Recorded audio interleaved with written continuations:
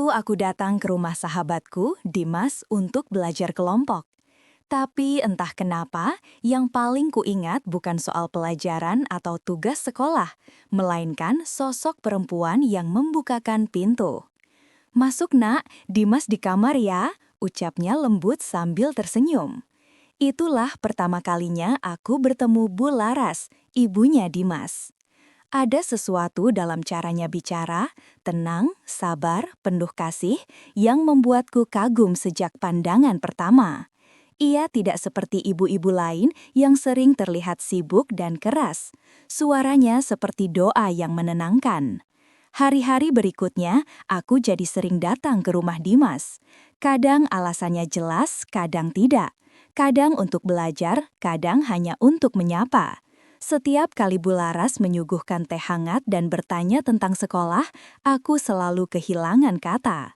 Ada ketenangan yang tak bisa kujelaskan setiap kali menatap matanya. Aku tahu ini salah. Aku tahu perasaan ini tidak seharusnya tumbuh. Tapi semakin aku mencoba menjauh, semakin hatiku ingin dekat. Malam itu, saat pulang dari rumah Dimas, aku menulis di buku catatanku. Aku tidak jatuh cinta pada kecantikan, tapi pada cara seseorang membuatku merasa dihargai tanpa syarat. Dan sejak saat itu, aku tahu Bu Laras bukan hanya ibu dari sahabatku. Ia adalah sosok yang perlahan mengubah caraku memandang dunia. Sejak saat itu, aku tak pernah lagi datang ke rumah Dimas dengan hati biasa. Setiap langkah menuju rumahnya terasa seperti menuju tempat di mana waktuku berhenti. Aku tahu alasannya sederhana, karena di rumah itu ada senyum yang selalu menenangkanku, senyum Bu Laras. Namun, semakin sering aku datang, semakin banyak hal yang kulihat di balik senyum lembutnya. Suatu sore, aku mendapati Bu Laras duduk di teras sendirian. Pandangannya kosong menatap langit yang mulai jingga. Cangkir tehnya sudah dingin, tapi tangannya masih menggenggam erat. Aku memberanikan diri mendekat. "Bu, nggak apa-apa?" tanyaku pelan. Ia menoleh, tersenyum seperti biasa, tapi matanya berkaca-kaca. "Kadang, orang dewasa pun bisa merasa lelah, Nak," katanya lirih. Aku diam, tak tahu harus menjawab apa. Tapi dalam diam itu, ada sesuatu yang jujur, kegitiran yang selama ini tersembunyi di balik ketegaran. Dari hari ke hari, aku semakin memahami bahwa di balik kelembutan Bu Laras ada kesepian yang dalam.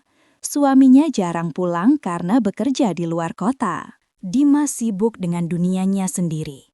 Dan entah kenapa, aku merasa ingin ada di sana, bukan untuk menggantikan siapapun, tapi sekadar menjadi seseorang yang mengerti. Kadang, kami berbincang di dapur saat sore. Ia bercerita tentang masa mudanya, tentang betapa ia dulu suka menulis puisi, tapi berhenti setelah menikah. "Sekarang siapa yang mau baca, Nak?" katanya sambil tersenyum getir.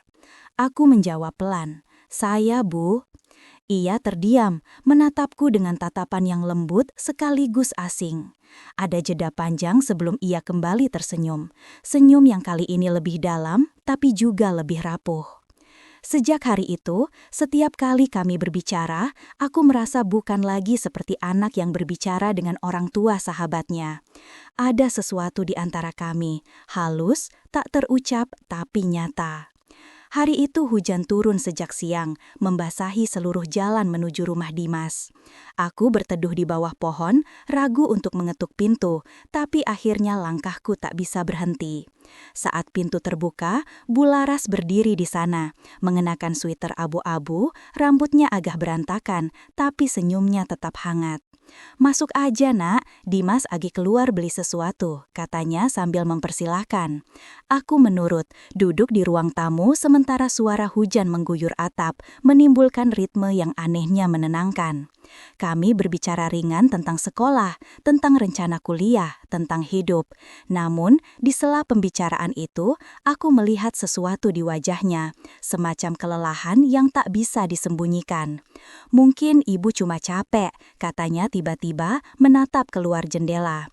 Kadang hujan bikin orang ingat banyak hal. Aku menatapnya lama, tanpa berani bicara. Dalam hatiku, ada dorongan kuat untuk mengatakan betapa aku ingin membuatnya bahagia. Tapi, kata-kata itu tak pernah keluar. Yang bisa kulakukan hanya berkata pelan. Kalau ibu capek, nggak apa-apa berhenti sebentar, saya di sini kok.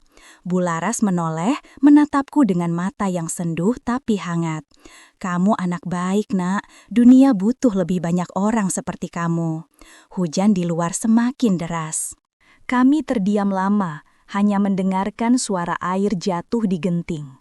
Dalam hening itu, aku sadar, cinta kadang tumbuh bukan karena kesempatan, tapi karena rasa ingin melindungi seseorang yang tampak terlalu kuat untuk mengeluh. Dan malam itu, ketika aku pulang, suara hujan masih menetes di dalam dadaku. Aku tahu, apapun yang terjadi setelah ini, perasaan itu sudah terlanjur tumbuh, seperti hujan yang tak bisa disuruh berhenti sebelum waktunya.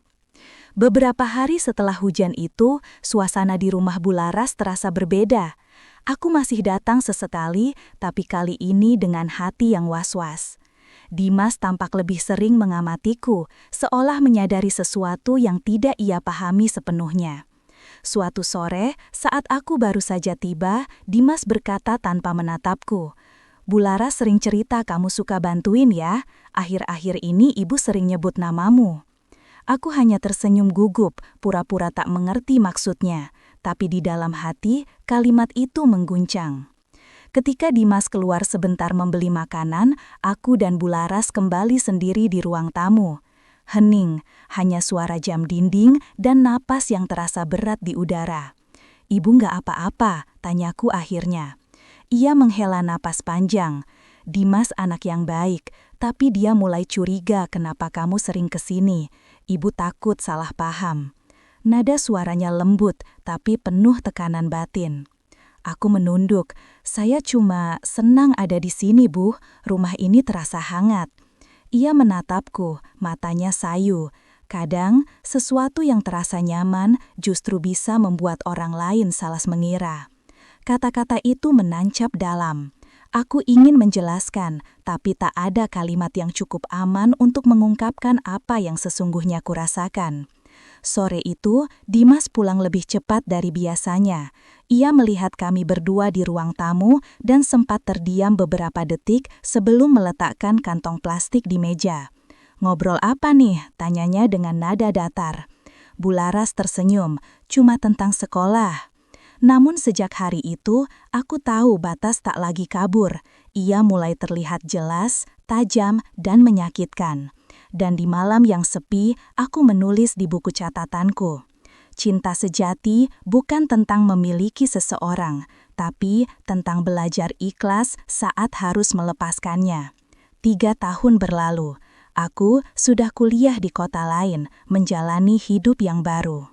Tapi setiap kali hujan turun, aku masih mengingat aroma teh hangat di ruang tamu rumah itu, dan suara lembut yang dulu membuat hari-hariku terasa hangat. Bularas. Suatu hari aku pulang ke kampung untuk menghadiri pernikahan Dimas. Segala hal terasa asing, tapi juga akrab. Rumah Bularas kini tampak lebih tenang, cat dindingnya baru, tapi suasananya masih sama, damai dan sederhana. Saat aku datang, Bularas keluar dari pintu dengan langkah pelan. Ia menatapku beberapa detik, lalu tersenyum.